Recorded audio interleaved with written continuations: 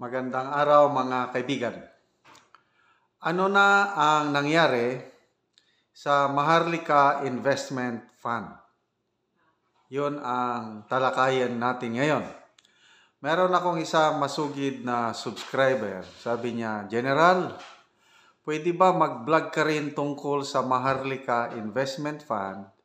Dahil hindi na natin alam ano na ang nangyayari. So sabi ko, ma'am, sige. Mag-research muna ako kasi matagal na akong walang balita sa Maharlika Investment Fund. Ang huling balita ko niyan kailan ba yun? Last year, mga bandang August, nung nagpunta si PBBM sa Saudi Arabia, yun, ipinagmalaki niya na ang mga malalaking kumpanya sa Saudi, including yung Saudi Arabia Investment Fund, yung company na interesado mag-invest. Yun, talagang ipinagmamayabang noon na maraming mga Middle East companies o investment fund na interesado. So, after that, wala nang balita. Kasi ito yung isang pet project ng PBBM admin. Ang inaabangan natin dyan is, meron na bang taga-ibang bansa, mga foreigners? Kasi ang purpose niyan is maghikayat ng mga investors, ilalagay nila dyan para kikita yung mga mag-invest. At ang Pilipinas naman, i-invest niya sa atin para sa high return of investment. Ganun yun.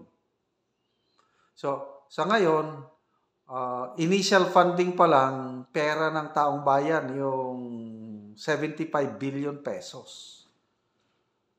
So, ang tanong, dahil tahimik ang palasyo, wala nang balita tungkol sa Maharlika Investment Fund. Research ko, karamihan yung mainstream media na wala silang balita. Last year pa, mga June, July, August. Itong pagbiyahe ni PBBM sa US. Ayan, may isang balita na naipublish sa Manila Standard. So ito, i-discuss ko lang konti. April 14 na balita ito. US advisory firms commit to promote Maharlika Fund. So, walang investments. I-promote lang. So, ano itong company na ito? Advisory firm. Washington-based International Strategic Advisory Firm. Pangalan niya is McLarty Association. So, nakausap ni Finance Secretary Recto ang Vice Chairman ng advisory firm na ito. At yun na, sinasabi na strategic advisory advice ang itutulong nila. So, yun lang, advice lang. Lumalabas ngayon na parang hindi sila makahikayat ng mga big time, yung mga mayaman na maglagay ng capital dito sa Maharlika Investment Fund. Kasi kung meron pa, ay nako, hindi na, mabilis pa sa alas 4 ang PCO ng Malacanang na mag-press release. So, ano na ngayon? April na. Wala pa rin. At ito po ang masakit. Alam niyo, ang chairman dyan, ang finance secretary. May president, may mga management staff. Nako, ang lalaki po ng sweldo ang mga yan. So baka abutan na tayo ng siyam-siyam. Example, walang investment, walang project. Kung ilang taon sila naupo dyan, sweldo sila ng sweldo, pera natin yung sinisweldo nila. Malaki yan. Mga pinakamababa siguro, monthly nila yan, mga 300,000 pataas. So, millions ang sweldo nila, yung mga top management official ng Maharlika Investment Corporation. So, tayo ang nagpapasweldo sa kanila, wala namang nangyayari. Okay, so ano yung mga investment areas na tinatarget nila? So ito nakalagay dito, Maharlika Investment Corporation President and Chief Executive Rafael Jose Consing Jr. Siguro ito ang monthly niya ito baka 500,000 per month. Anyway,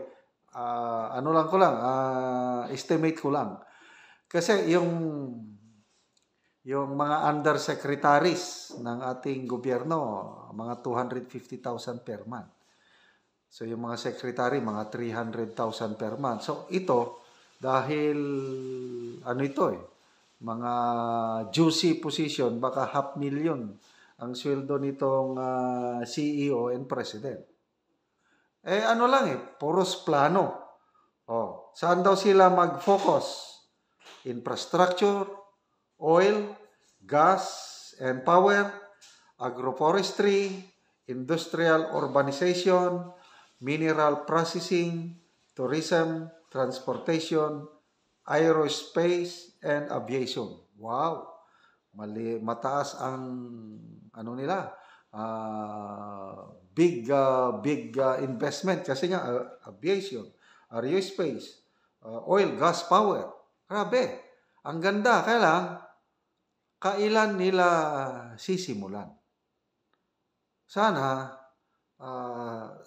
Kaya salamat yung subscriber ko na nag-request nito. Kasi tayo po, taong bayan, dapat magmatyag. Mabuti na lang ngayon, age ng social media. Kasi kung mainstream media lang ang ating aasahan na magbigay sa atin ng update, wala na yan. Alam nyo na, ang kalakaran, pag sinabihan ng mainstream media na huwag kayong magbalita niyan, wala na. Kaya yung social media, mga vloggers, walang makakakontrol sa amin. Kaya ito, nagtatanong, nasaan na po yung buhay pa ba o nandyan pa ba ang 75 billion pesos na pera ng taong bayan? 50 billion land bank pinanggalingan. Government money yan. Yung 25 billion sa DBP, pera ng taong bayan din yan. So pera natin yan. Kaya matyagan po natin. Ano ba ang kanila? Kasi punta tayo sa yung government expenditures for 2024 na budget. Ilan yun? 5.6 trillion. First quarter pa lang, 80% na i-disburse na ng DBP. Na ibigay na sa mga department, agencies at iba pa. First quarter pa lang, release na. Okay lang kung ini-release na hindi iwaldas. Okay? Maganda yon kung i-release para ma-implement. Kaya lang, baka mamaya ni-release, mamaya hindi rin lang gamitin sa pinaglaanan. Ang kawawa, ang taong bayan. Biruin mo yan. I think first time in history ito na nangyari na 80% sa budget for the whole year, first quarter na release na. Anong ibig sabihin nun? Dalawa lang yun. Either very efficient ang gobyerno, release para i-implement at gagawin na yung mga projects para sa kabutihan ng mamamayang Pilipino, or delikado na. Kasi hindi maitatwa, hindi mailingid na napakagrabe ang korupsyon, kaliwat kanan ang korupsyon ngayon. Ang binabantayan ko yung National Food Authority, ano nang nangyari? Niloko tayo ng mga opisyalis ng NFA, kaya 143 officials ng NFA sinuspend ng ombudsman dahil binenta nilang bigas sa napakamurang halaga na luging-lugi ang taong bayan. Kaya Malacanang, PCO, magsabi naman kayo ano nang nangyari sa Maharlika Investment Fund. Bakit? Nahihirapan ba kayong maka-attract ng mga investors? Eh di, isaulin na ng pera. Kaysa yung maubos yung pera na yon para kasusweldo ng mga opisyalis dyan na ang tataas naman ng sweldo. Maawa po kayo sa taong bayan.